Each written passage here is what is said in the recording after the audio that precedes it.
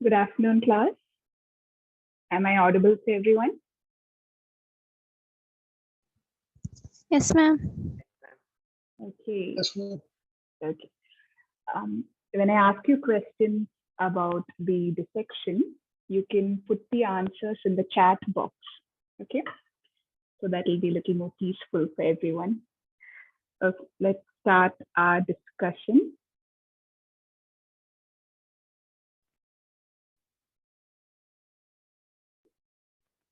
Okay, I think few of you have already seen the femoral triangle in dissection.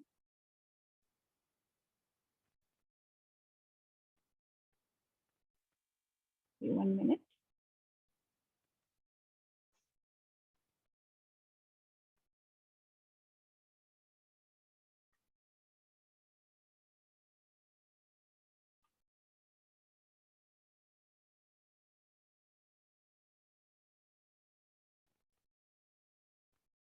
Okay, you're able to see the screen, right?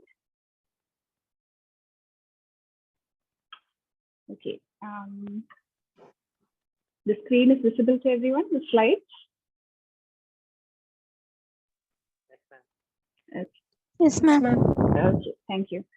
Fine, let's start with the class today. We're going to deal with the femoral triangle and anterior compartment of thigh. So first of all, we'll look at a modification of the deep fascia of the thigh, the modification of fascia lata. When you reflect the skin and superficial fascia in the thigh, you will see the deep fascia known as fascia lata. And on lateral aspect of the thigh, lateral aspect, you can see the labeling. There is a structure known as iliotibial tract. So that is an important structure for you in dissection for identification. Now you need to know what are the attachments of iliotibial tract. So if you look superiorly, iliotibial tract is attached to the iliac crest, and inferiorly, just look at the labeling, inferiorly, iliotibial tract is attached to Jurdy's tubercle on upper end of tibia. So this Jurdy's tubercle, if you can see in this diagram, yes, Jurdy's tubercle here, it's labeled in purple color. It is present on the lateral condyle of the tibia. So can anyone tell me what is the function of the iliotibial tract? You can put the answer in the chat. What do you think is the function of the iliotibial tract? I think no need of putting your attendance in for today's discussion. Next week, when you have online lectures, that time attendance will be taken. Okay, for today's class, I'm not taking attendance. Okay, so if anyone knows the function of iliotibial tract, you can type it in. Yes, it stabilizes the knee. That's very good. Yes, when you're in standing position, and the knee will be in extension when you're standing. So for the human body in anatomical position, in standing position, the center of gravity will be a little more posterior to the knee joint. I'll send that picture later. So in order to stabilize the lower limb when the knee is extended, iliotibial tract provides the support. So the attachment of iliotibial tract to Jurdy's tubercle is important because in cyclists, they get pain over Jurdy's tubercle. This is called iliotibial tract syndrome. This is because of increased friction between the tibia and the iliotibial tract. So this is just a dissection picture to show you, but this is the lateral aspect of the thigh. So if you see this thickened fascia from the iliac crest all the way up to the lateral condyle of the tibia. The thickened fascia is the iliotibial tract. Please keep the structure in mind. Okay, now we're going to see muscles of the anterior compartment of thigh. Okay, so the longest muscle in the body is the sartorius. And the word sartor means tailor. Okay, so that word will help you to remember the function of sartorius. Because just like in the olden days, the tailors will be sitting cross-legged on the floor. So sartorius performs the actions on lower limb for the cross-legged position. It helps in flexion of the hip and flexion of the knee. It's done by sartorius. Next, the quadriceps femoris is also an important structure that you need to know. So the word quadriceps tells you, okay, quadriceps means there are 4 heads of origin. So how do you identify these muscles? The straight muscle, which is superficial most, is called the rectus femoris. The word rectus means straight. Lateral to rectus femoris, the bulky muscle is vastus lateralis, and medial to rectus femoris is vastus medialis. And deep to rectus femoris will be vastus lateralis intermedius. Okay? So first you see rectus femoris, and then the 3 vasti muscles also you have to identify. Also, there's a muscle here on the lateral aspect, okay, somewhat on the lateral aspect of the thigh, that is called the tensor fascia lata.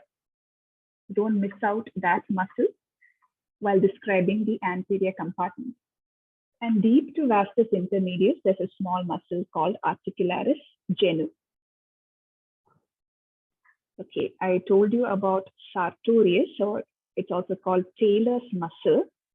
You need to learn the details of sartorius. Okay, so can anyone tell me what is the origin of sartorius muscle? You can look at it in this diagram. You can type in the chat what is the origin of sartorius muscle. Yes, it's the anterior superior iliac spine. Very good. Can you name one more structure which is attached to anterior superior iliac spine? Any other ligament? Okay, anterior superior iliac spine is an important bony landmark. Fascia lata is attached to the entire iliac crest. Yes, inguinal ligament is the specific answer. Very good. Okay, so sartorius takes origin from anterior superior iliac spine. Look at the insertion in this picture. Okay, insertion is on the upper end, the medial aspect of tibia. Okay, medial aspect of upper end of tibia. Now, when you look closely, you see, apart from sartorius, there are 2 more muscles which will insert into the same region. In order from anterior to posterior, it is sartorius, gracilis, and semitendinosus. Okay, so that order is very important, and how you will remember these muscles. Okay, it's a code that we use. It's say grace before tea. Say grace before tea means say a small prayer before you have your food. Okay, so the S stands for sartorius, then grace is for gracilis, and the T is for the semitendinosus. Okay, the tendinosus is present. So from anterior to posterior, the attachments of tendon on upper aspect, the medial surface of upper aspect of tibia is sartorius, gracilis, and semitendinosus. So these 3 tendons, they form a bursa in this region. Bursa is a synovial membrane-lined space. So because these 3 tendons will form an indentation on this bursa, okay, the bursa will be shaped like a goose foot. So that is called pes anserinus. Okay, so this is an extra point, but it is a favorite question of many examiners. What is pes anserinus? So just read it in your textbook. It is the bursa that is formed in relation to insertion of these 3 tendons. Please learn that. Okay, I already told you sartorius is the longest muscle in the body. Okay, now let's look at the quadriceps femoris. You can learn the origin of each of these muscles because it is a spotter question for you usually. Let's look at the insertion. So the quadriceps, they have four different heads of origin, but insertion is a common tendinous insertion. So if you can look in this diagram, you can see the patella and look at the labeling quadriceps tendon. Okay, the four muscle bellies will form a common tendon which gets attached to different areas on the patella. And finally, from apex of patella, there is the formation of ligamentum patellae, which will finally get inserted onto tibial tuberosity. So this insertion is very important, even clinically. Okay, so the common quadriceps tendon will attach to patella, and finally it will form a common ligament called ligamentum patellae, which connects apex of patella to an area on tibia called tibial tuberosity. So please know that fact. Okay, so can anyone tell me the action of quadriceps femoris? There's a clue in here. Let's go to the action of quadriceps femoris. You can type in the box. Yes, very good. Quadriceps is for extension of the knee. Okay, so this rectus femoris is also called the kicking muscle. Okay, because you think about it, when you do the kicking action, the end there will be extension of the knee. Now, this ligamentum patellae is an important structure clinically because when we elicit knee jerk reflex or patellar reflex, you would have seen sometimes the doctors, they strike the ligamentum patellae region of the patient with a small knee hammer. Then the patient will have a reflex action, which is the extension of knee. Okay, the patellar reflex or knee jerk is elicited by tapping on ligamentum patellae. Then I had mentioned that vastus lateralis is a bulky muscle. So we can use it for intramuscular injection, especially in babies, newborn infants for intramuscular injection or vaccination. We use the vastus lateralis muscle. Okay. Now this is just a picture of dissection specimen. So you can see the rectus femoris has been cut and retracted, reflected. So deep to rectus femoris, in the center is vastus intermedius, and on the lateral aspect of vastus intermedius is vastus lateralis. On the medial aspect is vastus medialis. So this is how you will identify the bulky muscles which is present in the anterior compartment of thigh. Okay, now we're going into a very important topic, femoral triangle, also known as Karp's triangle. Now, this is a frequently asked question in your theory exam and also in your practical exam for 10 marks dissection. Okay, if out of, for example, if there are 10 students in the exam hall, definitely one student would almost always get this topic. Okay, it's a favorite topic for your viva. So make sure you learn it well. Okay, clinically also, there are so many important aspects and we'll deal with a few today.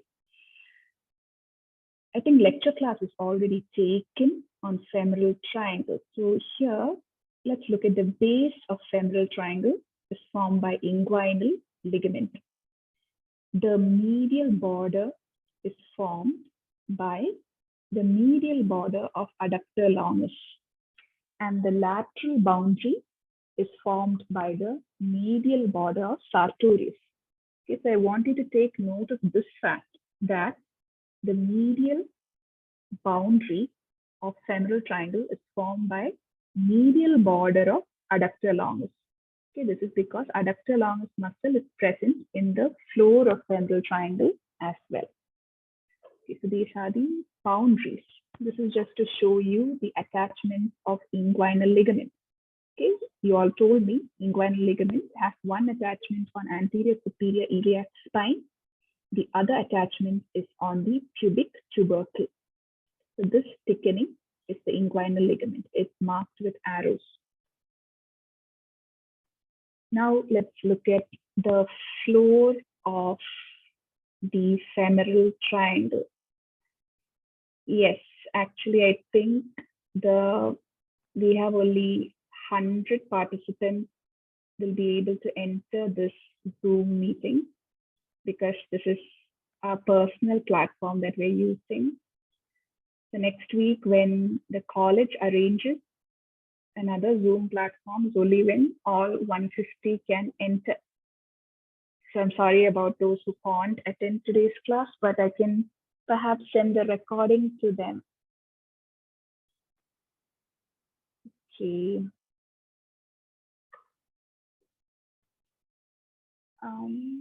Since this class is actually for C batch and F batch, if possible, if from the other batches, if a few students can exit, then C batch and F batch students can join in. Okay, so please arrange that among yourselves if possible. Okay, those who are not able to attend, I'll send the recording later. Okay, fine. Okay, so let's look at the floor muscles of femoral triangle. You need to learn the floor muscles in order from lateral to medial. Here, the floor muscles are iliopsoas, the pectineus muscle, and the adductor longus. Yes, you can learn these muscles either lateral to medial or medial to lateral, but please, when you're identifying it in the exam as well, you can see each of these muscle bundles separately. So just learn it and try to identify. Okay, so this is the dissection specimen to show contents of the femoral triangle. Okay, so contents from medial to lateral. Okay, this is the medial aspect. From medial to lateral, it is femoral vein, femoral artery, and femoral nerve. So the code is VAN, V-A-N, from medial to lateral. Okay, this is just to show you the floor muscles again. Okay, the dissection specimen, here is iliopsoas, here is pectineus, and here is adductor longus. And when you look at the contents in this specimen, only the artery and the nerve is shown. So you have to learn femoral nerve as a short note. Okay, femoral nerve here, you can see divides into anterior and posterior division. And further, it gives 6 branches. You have to read about that. Now, this is an important topic, that is the order of structures at the apex of femoral triangle. At the apex, there is from anterior to posterior, femoral artery, femoral vein, profunda femoris vein, and profunda femoris artery. Now, this is important because in case of any injury at the apex, either a gunshot injury or stab injury, there will be heavy bleeding, and this is known as butcher's tie. So for first aid, you need to compress or apply a tourniquet above the site of the injury. Okay, now this is another important topic, that is femoral sheath. So you've already seen femoral vessels within the femoral triangle. These proximal part of the femoral vessels, the proximal 2 centimeters, is covered with a fascia, a specialized fascia known as femoral sheath. Yes, am I audible to everyone?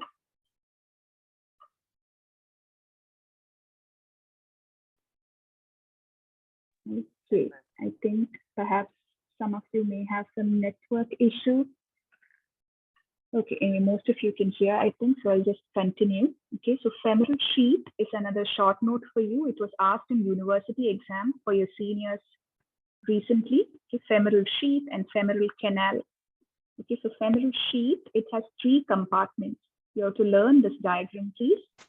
The medialmost compartment is known as femoral canal. It contains the lymph node of Cloquet. The intermediate compartment contains femoral vein, and the lateralmost compartment contains femoral artery. So does anyone know how is femoral sheath formed? If you know the answer, please type it. Formation of femoral sheath. What fascia helps to form femoral sheath? The diagram for that.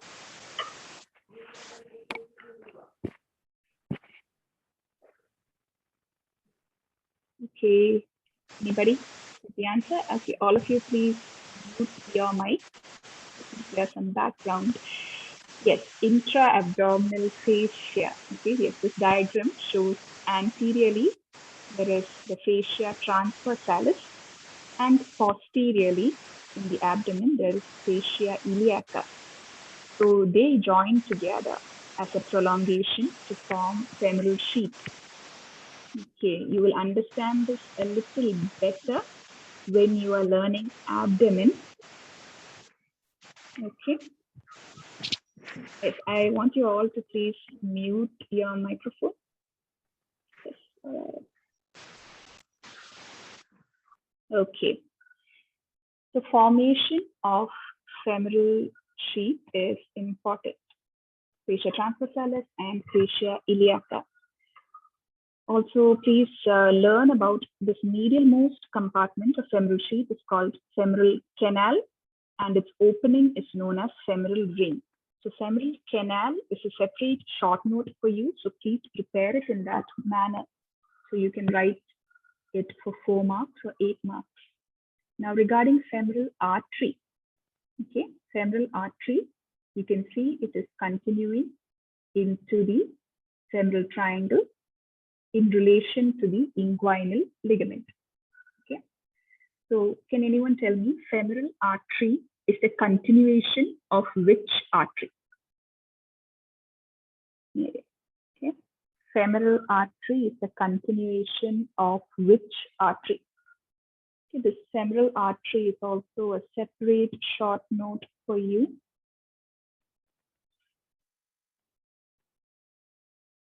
Okay, does anyone know? Yes, very good.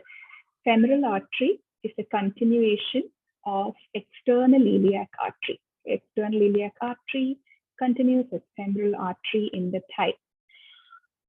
Okay, so what is the site of palpation of femoral pulse? Okay, there's a clue in this picture. How does femoral artery enter into the thigh? And what is the site of palpation of femoral artery in the thigh? If anyone knows the answer, please type quick. So this is an important clinical fact.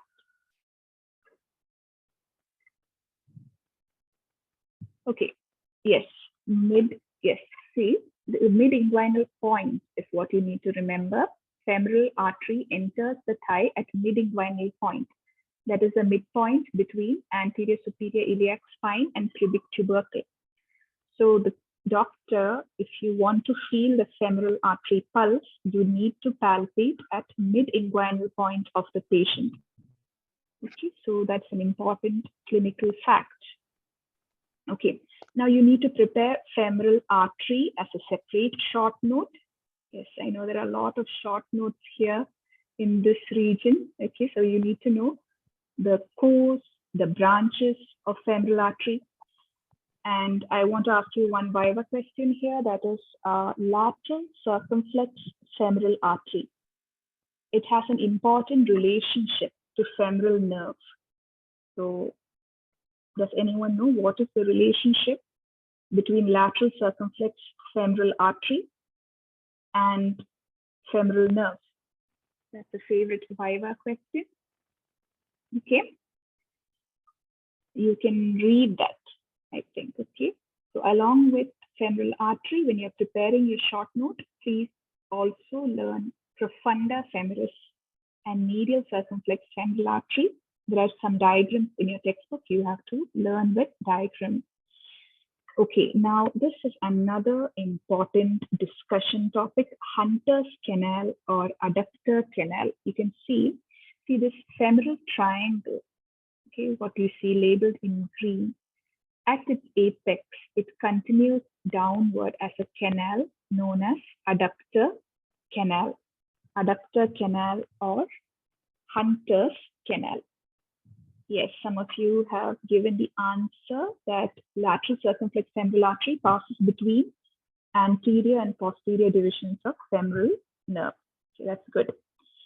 Okay, so Hunter's canal, please remember that it is the continuation. Okay, it's a canal that continues from apex of femoral triangle. And please don't confuse this with femoral canal. Okay, femoral canal is what is present within the femoral sheath, whereas adductor canal or Hunter's canal is the prolongation from the apex of femoral triangle. Okay, so adductor canal is another short note for you. You have the diagram in your textbook, so please read that and learn it. If you have any questions or doubts on adductor canal, you can ask. It's also kept as a discussion topic for your Viva. So here it's just a picture from Netter's atlas to show in the first diagram there is femoral triangle, and in the second diagram you can see how from the apex of femoral triangle there's a small canal or a prolongation, and there are a few structures passing through there. So that is the adductor canal. Now finally we come to muscles of medial compartment of the thigh. Okay, so the medial compartment of thigh, it's also called the adductor compartment. And the muscles are present in layers over here. So the superficial layer is made up of pectineus and adductor longus muscle. The intermediate layer has the adductor brevis muscle. And the deep layer has the adductor magnus. Okay, so this is just a picture from your textbook to show you the three layers. Okay, the superficial layer has pectineus, adductor longus, and gracilis. Intermediate layer, the proper adductor muscle is adductor brevis. Above that, there is a muscle known as obturator externus, whereas the deepest muscle is adductor magnus. Okay. I think there's something wrong with this diagram. This is just to show you the pectineus and adductor longus. So this is another favorite Viva question. What is the nerve supply of pectineus? Okay, you can refer the diagram in your textbook. For now, if anybody knows the nerve supply of pectineus, you can type it in the chat.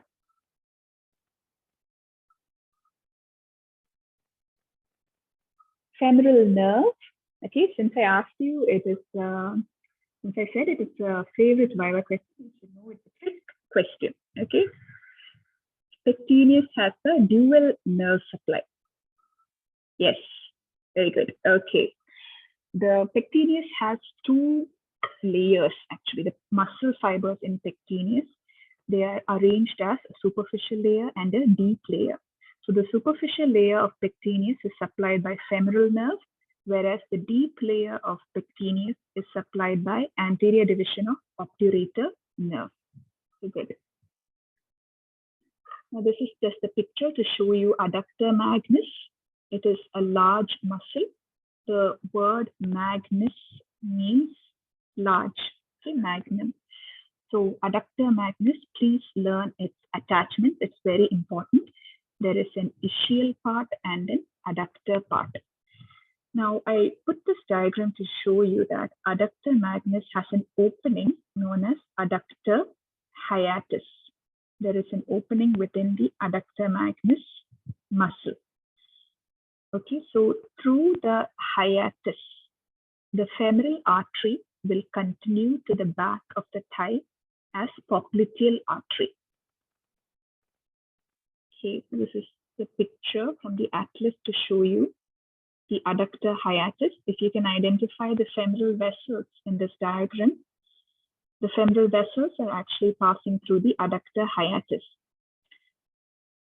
And you look closely at this diagram, there are actually 4 other openings within adductor magnus muscle. That is for branches of profunda femoris artery. They are called perforating branches of profunda femoris. So this is a diagram from your textbook. Can you see the label femoral artery giving rise to profunda femoris? And profunda femoris gives 4 perforating branches. So these perforating arteries will pass through adductor magnus muscle. Okay, so this is the dissection specimen showing you muscles of the medial compartment or adductor compartment of the thigh. Okay, so look at the gracilis muscle. Okay, gracilis is a slender, long muscle. So can anyone tell me what is the clinical importance of gracilis and what is the action of gracilis muscle? Okay, what is the action and what is the clinical importance of gracilis?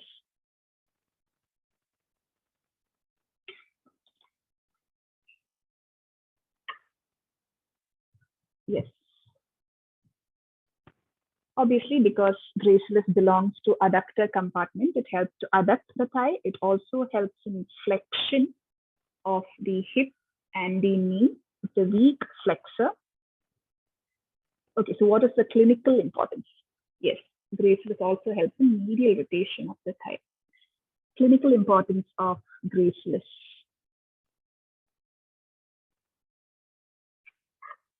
Anyone know?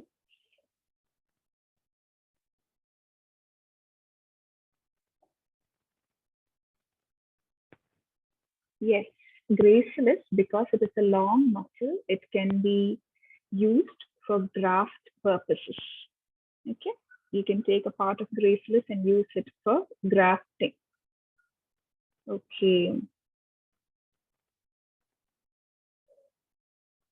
So this dissection specimen, you can see gracilis, you can see adductor longus, and adductor hiatus is also marked.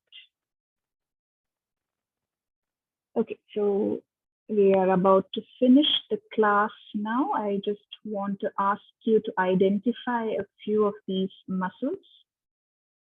So can you identify in floor of femoral triangle, what is the muscle that is marked as 1? You can type what is the muscle labeled as 1.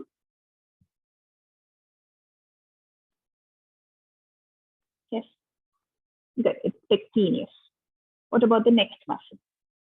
Muscle labeled as 2 would be. Yes, the second muscle, please identify. No, psoas major is lateral muscle. Okay, so 2 is adductor longus. Very good.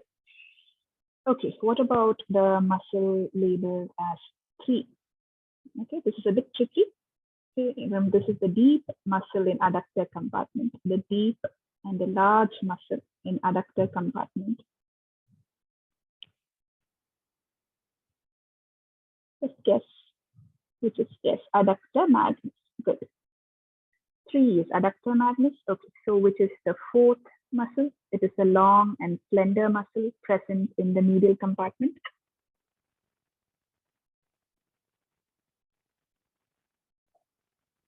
The 4th one. Yes, it's gracilis. The 4th muscle is gracilis. Fine. What about the 5th muscle? Muscle labeled as 5. It's actually, we see it on the lateral aspect.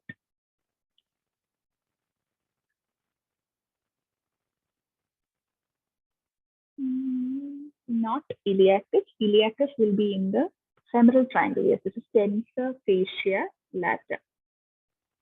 Good. And muscle 6. Please identify the muscle labeled as 6.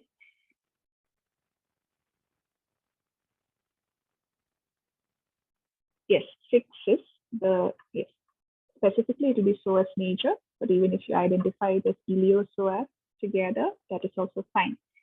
What about the muscle labeled as 7? 7 is sartorius, very good. Okay, yes, 8, if you can identify. Muscle labeled as 8 is rectus femoris, good. 8 is rectus femoris, and 9, that's easy. Which muscle is lateral to rectus femoris? Part of quadriceps that is lateral to rectus femoris is vastus lateralis. That's good. Okay, yes, that's fine. Now please read these topics. I'll send it to your group. Okay, these are some extra reading that you have to do. Femoral nerve and obturator nerve are important short notes for you. You need to know the root value, quotient, distribution. Okay, so which is the longest muscle in the body? Just a few extra viva questions. The longest muscle is sartorius. Good. Okay, so what is the longest cutaneous nerve? Okay, these structures are all found in the lower limb. So lower limb has a lot of interesting features. Okay, the longest cutaneous nerve. Yes, very good. Saphenous nerve. And what about the longest superficial vein? You've seen this in dissection. Once you reflect the skin in the thigh, the longest superficial vein. Yes, very good. The great saphenous vein. Should mention it as great saphenous vein because there is a short saphenous vein also present on the posterior aspect of the leg. Okay, class. So that's it for today's discussion. Yes. Thank you for attending. If you have any doubts, you can let me know through WhatsApp. I think that will be better. Thank you. And once again, sorry to the students who couldn't join. I think next discussion onwards, we will take it table-wise. So the teacher in charge of your table will take the discussion. But my discussion, I'll keep it open for 100 students who can join. But yes, hopefully, I hope my table students will get first preference. Okay, so just try to work that out among yourselves. Yes, thank you, class. Take care.